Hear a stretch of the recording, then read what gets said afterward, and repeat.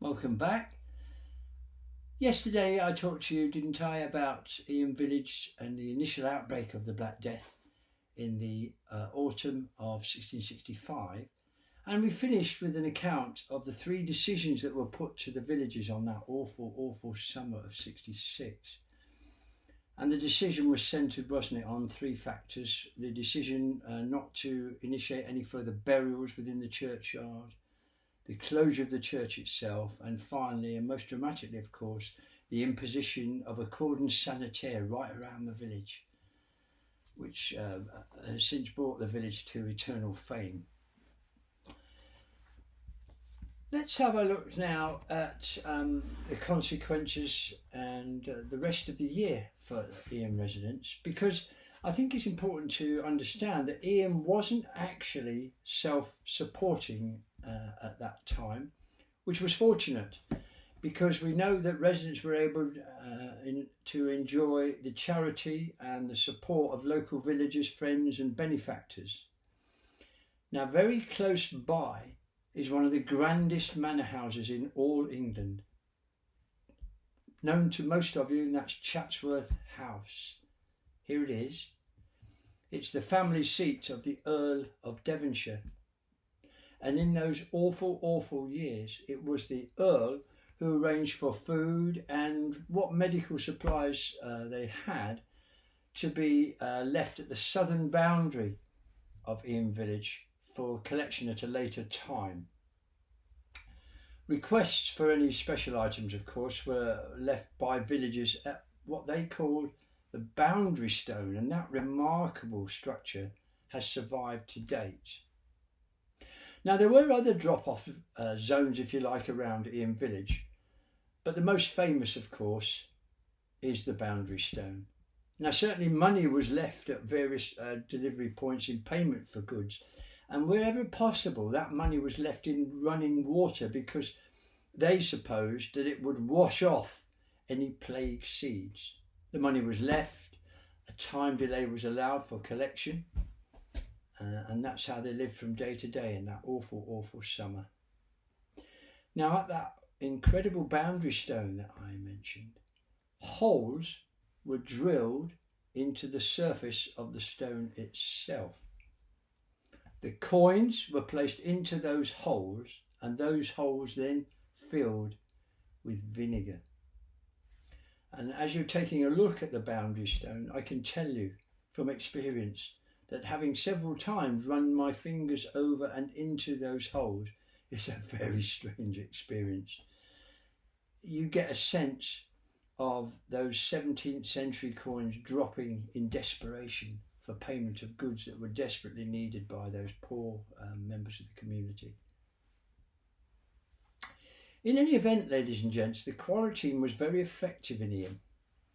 There were no recorded deaths outside the parish that we're aware of, and having cut themselves off from the outside world, the residents had condemned themselves to this terrible wait and potentially a prolonged and very fearful death, of course.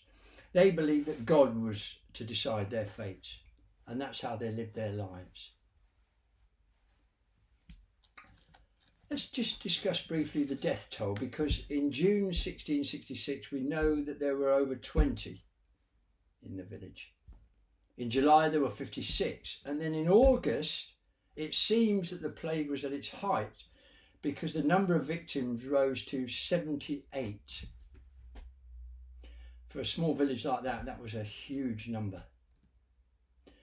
There is some uncertainty as to when the actual last victim was buried, but it's probably late October, early November 1666. As is the case with plagues and epidemics like this, it's very difficult to break down the total number of victims of the particular plague and separate those out from those who would otherwise have died, because here we're talking about the 17th century when people would have died in greater numbers at an earlier age. So it's very, very challenging for historians and those who want highly accurate figures to separate out those who died of it, those who didn't. But we do know from Montezon that 76 families, which comprised about 350 individuals, were visited by the plague. The year before it broke, in 1664, tax returns for that area were completed, and that points to a population in Eyam of around 800. It seems that approximately 430 survived, which points to a percentage mortality rate of something just under 50, remarkably high. But again, not too dissimilar from cities on the coastal regions in the 14th century, when somewhere between a third and half of the population died. We know of only 2 people who left Eyam in contravention of the agreement, and that tells us a great deal about the courage and integrity of the residents. And they certainly condemned themselves to a long wait and a terrible death, of course, and prevented an outbreak of bubonic plague in much larger cities like Sheffield, 14 miles up the road, and my own hometown of Nottinghamshire, which would have been devastated, absolutely devastated. Bear in mind, you're talking about far more intense populations there, living in closer proximity. To me, the most poignant example of the suffering experienced throughout this episode is the story of the Hawksworth family. A wall plaque, which you're looking at now, stands over the relevant cottage door, and it tells us that Jane Hawksworth had a husband named Peter, who was the 3rd victim of the plague. Now, in that and adjoining properties, Jane went on to lose 25 members of her extended family, a quite astonishing total. Unusually, we know about another lady called Margaret Blackwell. We understand that in early 1666 she was infected by the plague and came very close to death, but she made this miraculous recovery, supposedly after drinking accidentally some warm fat from a bacon roast. When did the plague break? Well, we know that it stayed in Eyam for about 14 months between September 65 and December 66. Just as Christmas approached, it left the village as quickly as it had arrived. And actually, from that point on, the same happened all over England and Europe. This deadly bacillus came out of the blue like an atomic bomb, killed people in huge numbers, and then just retreated for some unknown reason, although of course better living conditions and building materials would have contributed to the sudden change. Certainly there wasn't much rejoicing. People slowly but surely started to put their lives back on track and get back to normal. We do know that they embarked on this campaign of burning or burying everything that might possibly contain what they understood to be the plague seeds. And Montezon set the example by destroying all of his possessions save those that he stood in. Remarkably, after 3 centuries of losses, there were no more major outbreaks in England. And we know that Europe was clear by around 1750. A word about the Montezons, because there is an amazing story to tell, and a tragic one actually. We know that Catherine Montezon had made a deliberate choice to devote her life to the care of sick and traumatised patients. I'm afraid to say that she paid a terrible price. In August 1666, it seems that during a wonderful summer evening, she was returning across a field with her husband after hours of working amongst the parishioners, when she suddenly exclaimed to her husband, "How sweet the air smells!" Poor William would have known straight away that victims of the plague at the early stages report a sweet and sickly sensation in their nostrils. And sure enough, within days, Catherine was dead. By special arrangement, and this must have taken some negotiation, because Catherine was actually buried in the churchyard near to the Anglo-Saxon cross. One imagines that the villagers would have paid her in the highest regard and would have respected her enormously because of her commitment to the community, bearing in mind that the villagers had already agreed not to bury anybody else in the churchyard. Well, her tomb is the only known plague grave in the churchyard to this day. Surviving letters from William Montezon describing the passing of his wife are the most moving things imaginable.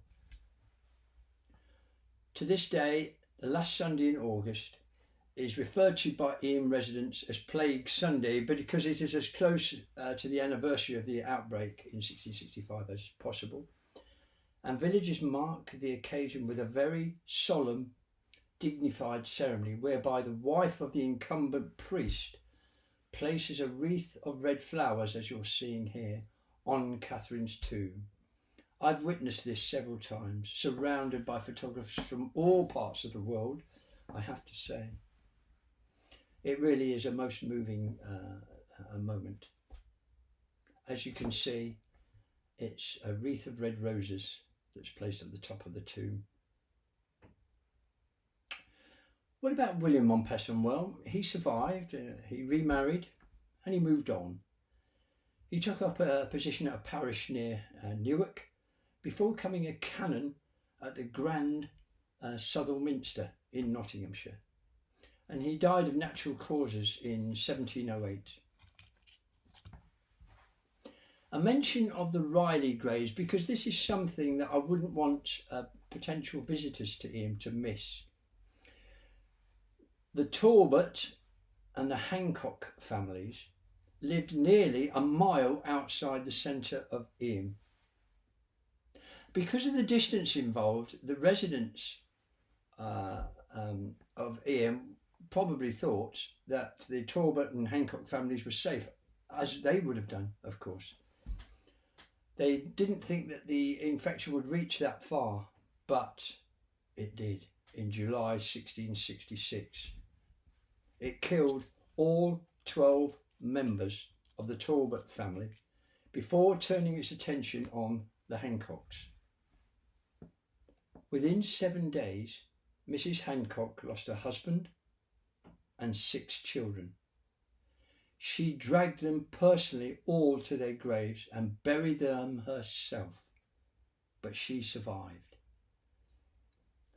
The Hancock victims lie to this day in a walled-off area near a wood called Riley Wood, and thus the grave area is known as the Riley Graves. It's reached via a short walk out of Eyam, and I urge you, if visiting, not to miss it. As you can see here, it's the most haunting of location, and the names and some of the details on the stones are still visible and very much worth a respectful visit. Excuse me. The church. Well, there has been a site of worship there for nearly 900 years. But only recently has that church been dedicated to St. Lawrence. It seems that the ancient Anglo-Saxon cross, now in the churchyard, was the focal point for Christian worship at an earlier date.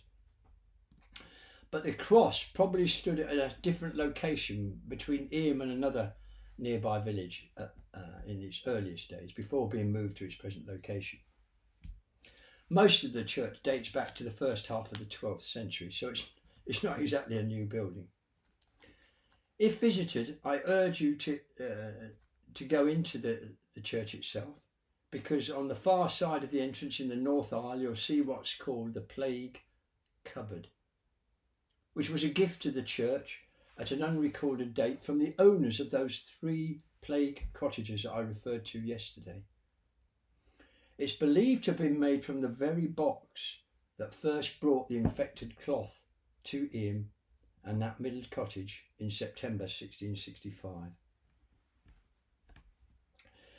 Also in the North Isle, you'll see a facsimile edition of the earliest parish register, which described the very first plague deaths in that September 1665, and it also records the marriage in March of that year of Alexander Hadfield, the tailor, to Mary Cooper, as she was. And then opposite in the South Isle is a large glass case containing a lovely illuminated manuscript, which is actually quite modern, in being prepared in 1951 as it was. It records the names of all the people who are known or thought to have died at Eyam of plague during this dreadful epidemic. Ladies and gentlemen, as you walk around Eyam village, if you haven't done it before, take time to take in the magnitude of what happened in this beautiful remote place. It is the only location in the world where you will find such a personal living account of the Black Death and its traumatic effects on a community.